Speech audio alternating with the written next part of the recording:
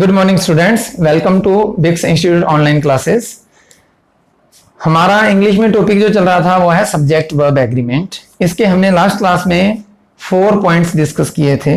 मैं क्विकली उसको रिवाइज करवाता हूं। सी, सब्जेक्ट वर्ब एग्रीमेंट में बेसिकली आता है subject verb and object. This is our general structure of a sentence. इसमें क्या है, according to English grammar that is very compulsory to satisfy verb with its subject. That is very important. Now subject के according आप verb decide करते हैं तो आपका जो सब्जेक्ट है वो डिफरेंट कैटेगरी में आएगा, राइट। इसमें फर्स्ट पॉइंट में आपको क्या नोट करवाया था कि अगर आपका सब्जेक्ट सिंगुलर है तो वर्ब भी सिंगुलर होगी, अगर आपका सब्जेक्ट प्लूरल है तो वर्ब भी प्लूरल होगी। इसमें हमें कोई प्रॉब्लम नहीं है। सेकेंड पॉइंट जो मैं आपको नोट करवाया था उसमें यह था कि अगर दो सिंगुलर सब्जेक्ट्स एंड से जुड़े हैं, अगर दो सिंगुलर सब्जेक्ट्स के बीच में आप एंड यूज कर रहे हैं तो डेफिनेटली जो आपकी वर्ब है वो प्लूरल होगी, राइट। उसमें कुछ इंपॉर्टेंट पॉइंट्स भी हमने डिस्कस किए थे कि अगर दो डेजिग्नेशन की बात कर रहे हैं तो आर्टिकल द भी इंपॉर्टेंट रोल प्ले करता है यहाँ पे, है ना। वो आपने लास्ट क्लास में अच्छे से डिस्कस किया था, ठीक। थर्ड पॉइंट में आपको बताया था कि समटाइम्स दो सिंगुलर सब्जेक्ट्स के बीच में एंड आता है, टू सिंगुलर सब्जेक्ट्स एंड से जुड़ते हैं बट दोनों मिलके एक ही चीज को एक्सप्रेस करते हैं, ठीक, या फिर वो ईडियम बनाते हैं। इन दैट केस जो आपकी वर्ब होती है वो सिंगुलर हो जाती है। थर्ड पॉइंट हमने ये डिस्कस किया था।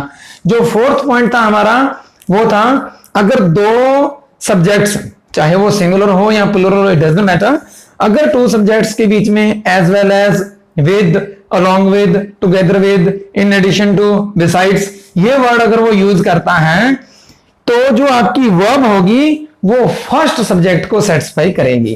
ये 4 पॉइंट्स हमने लास्ट क्लास में डिस्कस किए थे। होपफुली इसमें आपको कोई प्रॉब्लम नहीं है।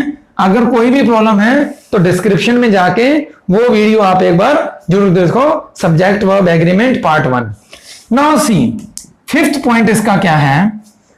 फिफ्थ पॉइंट में ये कह रहा है कि if two subjects are, it doesn't matter कि वो सिंगुलर है या प्लूरल है, if two subjects are joined with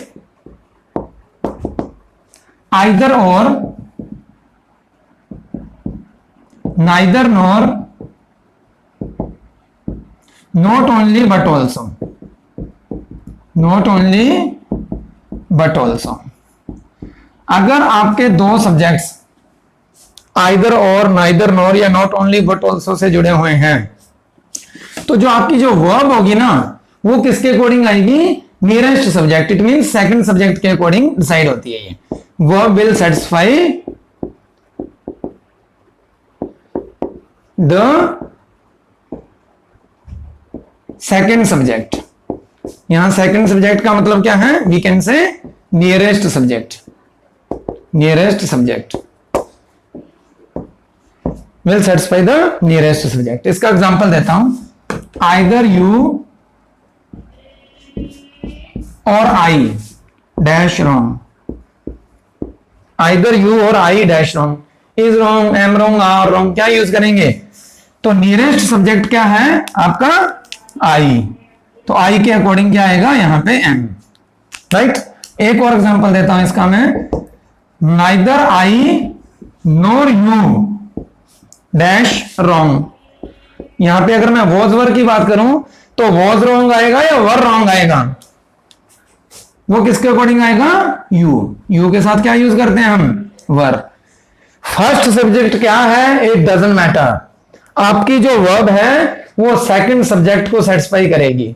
that is very important point जो आपको पता होना चाहिए। नेक्स्ट पॉइंट देखो आप, सिक्स्थ पॉइंट क्या है मेरा, समटाइम्स क्या होता है, सेंटेंस शुरू होता है each of, either of, neither of, one of, none of, everyone of. जब ये वर्ड्स यूज करते हैं आप, इन दैट केस स्ट्रक्चर कैसे डिसाइड होती है वो देखो आप। सिक्स्थ पॉइंट है हमारा, after each of, see these words are important, हाँ, each of, either of, neither of, one of, none of, everyone of, no one of, या none of या no one of है ना, no one of भी use करते हैं, etcetera, each of, either of, neither of, one of, none of, everyone of। जब ये words आते हैं, इनके बाद जो भी आप नाउन या प्रोनाउन यूज करो, नाउन और प्रोनाउन जो यूज करेंगे, that must be plural. But जो आप वर्ब यूज करेंगे, that verb must be singular. That is very compulsory to learn. After each of, either of, neither of, one of, none of, everyone of, जो आप noun use करते हैं, that must be plural, and जो verb use करते हैं, that must be singular. इसका example देखो आप, each of the snake और snakes, each of the snakes, noun plural होना चाहिए। डैश पॉइजनस, इज पॉइजनस और आर पॉइजनस, यहां पे यूज करेंगे इज पॉइजनस। रीजन सी, जो सब्जेक्ट है वो है आपका each of the snakes। Exactly क्या है, मीन्स जितने भी स्नेक्स हैं उनमें से हर एक, प्रत्येक, उनमें से हर एक जहरीला है। Each of the snakes is poisonous. Overall क्या है, जब भी each of, either of, neither of हो जाता है तो बात एक की हो रही होती है। इस चीज के ऊपर आपको फोकस करना है, ठीक है ना। तो इन वर्ड्स के बाद जब भी आप यूज करेंगे वर्ब, वो तो आएगी सिंगुलर, बट जो नाउन यूज करेंगे that must be singular, plural, right ना। इसका 7th पॉइंट देखो आप, if subject of the sentence, subject of the sentence is none, either, neither, etc। अगर आपका सब्जेक्ट ही none, either या neither हो जाए, in that case जो आपकी वर्ब होगी वो सिंगुलर होगी, वर्ब विल बी सिंगुलर। इसको कैसे आप लिखेंगे, सी, मैं आपको एक एग्जांपल देता हूं। I invited 2 friends but neither dash come, और ऑप्शन मैं देता हूं आपको, has oblique have. See, I invited 2 friends but neither dash come, has या हैव, यहां पे क्या यूज करेंगे हम, नाइदर हैज कम, ये नहीं यूज कर सकते आप। जब आपका सब्जेक्ट यहां पे नाइदर है, 2 सेंटेंसेस है ना, बट के साथ, बट एक कंजंक्शन है, 2 सेंटेंसेस है। जो सेकंड सब्जेक्ट सेंटेंस आपका, उसका सब्जेक्ट क्या है, नाइदर, तो सब्जेक्ट के जस्ट बाद जो वर्ब यूज करेंगे that must be singular in this case. अच्छा, एक एग्जांपल और पूछता हूं आपसे। आई इनवाइटेड, ये एरर का क्वेश्चन था, एग्जाम में पूछा गया था, SSC. I invited 5 friends but neither has come. A, B, C, no error is D. C, option A, क्या आई इनवाइटेड 5 फ्रेंड्स, इसमें एरर है, आपको एरर डिटेक्ट करना है, या फिर बट नाइदर, इसमें एरर है, या फिर हैज कम, इसमें एरर है, या फिर पूरे सेंटेंस में कोई भी एरर नहीं है। See, I invited 5 friends but neither has come, यहां पे क्या था, I invited 2 friends but neither has come. See, जब आप 2 की बात कर रहे हो तब आप नाइदर यूज करते हैं, जब 2 से ज्यादा की बात हो रही हो तब आप नाइदर यूज नहीं करते, बिकॉज नाइदर तो 2 के लिए यूज होता है। यहां पे क्या यूज करेंगे, नन, यहां पे क्या आना चाहिए, none, but none has come, but none has come, ये आना चाहिए यहाँ पे, ठीक है ना। I invited 5 friends but none has come, that is very compulsory to remember. मैं यहां पे मेंशन कर देता हूं, जो नाइदर एंड आइदर ये जो वर्ड्स हैं ये आप टू के लिए यूज करते हैं। जब दो की बात हो तो नाइदर और आइदर यूज करते हैं, जब दो से ज्यादा की बात हो देन नन यूज करते हैं। For more than two, more than two, ठीक है ना। एग्री और नॉट, ध्यान रखना इस चीज का। नेक्स्ट पॉइंट है जो वो भी काफी इंपॉर्टेंट है, डिस्कस करते हैं हम। सी समटाइम्स क्या होता है, दो सब्जेक्ट्स के बीच में और यूज होता है, जस्ट और। इन दैट केस वर्ब कैसे सेटिस्फाई करती हैं, क्या पॉइंट्स होते हैं उसके डिस्कस करते हैं हम। तो क्या बोल रहा हूं मैं,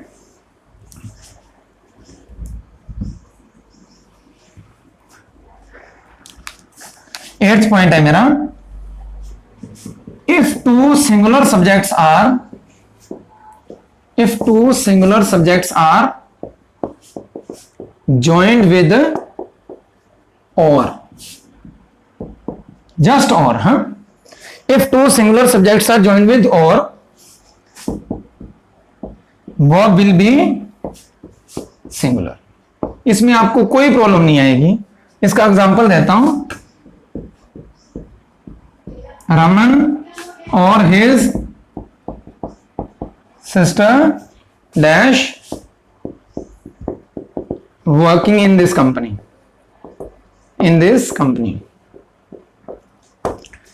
रमन और his sister, सी रमन भी सिंगुलर है, his sister भी सिंगुलर है, बीच में आपने क्या यूज किया है, और, राइट, जो कंजंक्शन है वो और यूज किया है, रमन और his sister।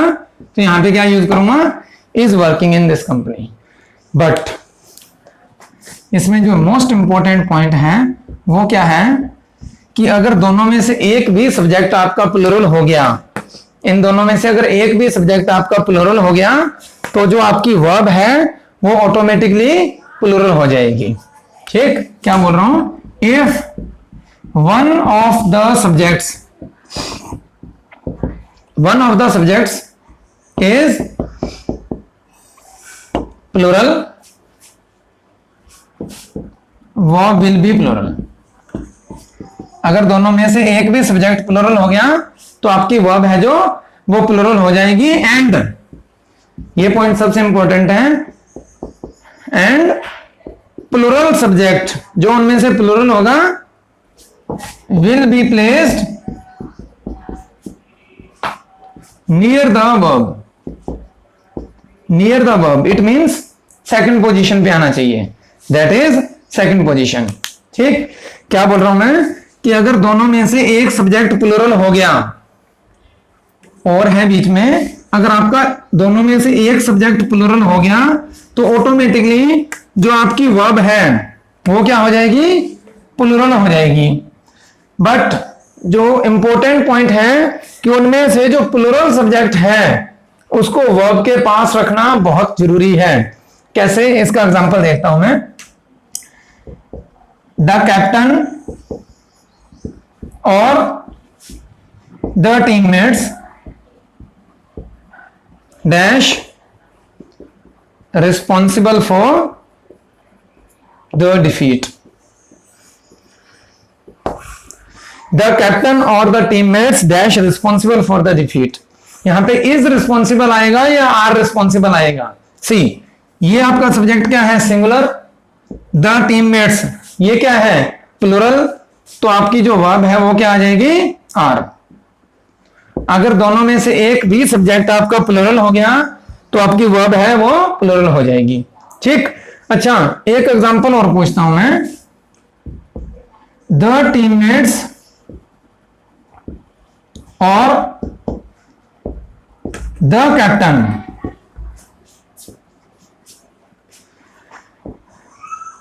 आर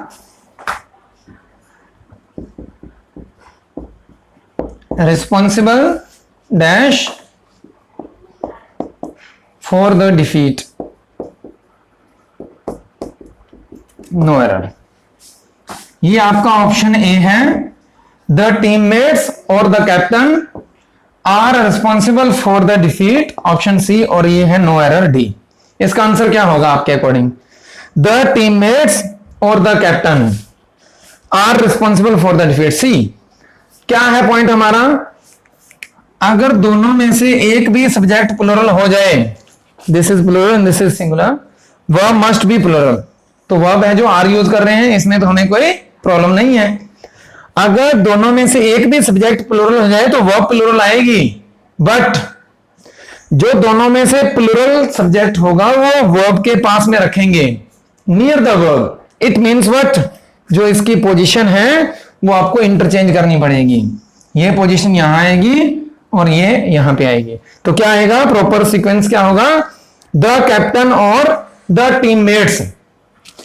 इस टाइप के एरर को क्या बोलते हैं? Syntax error. Syntax error in the sense कि आपको ये तो पता है कि सेंटेंस में यूज क्या करना है, बट ये नहीं पता कहां करना है। पोजिशनल एरर भी बोल देते हैं, सिंटैक्स एरर है ये।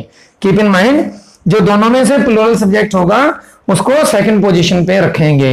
अच्छा, अगर दोनों ही प्लुरल हुए, अगर दोनों ही आपके सब्जेक्ट प्लुरल हैं, फिर तो कोई प्रॉब्लम ही नहीं है, फिर तो आप कहीं भी रखो, आपकी वर्ब है जो प्लुरल आनी चाहिए। ठीक है, कंटिन्यू करते हैं नेक्स्ट क्लास में। Thank you.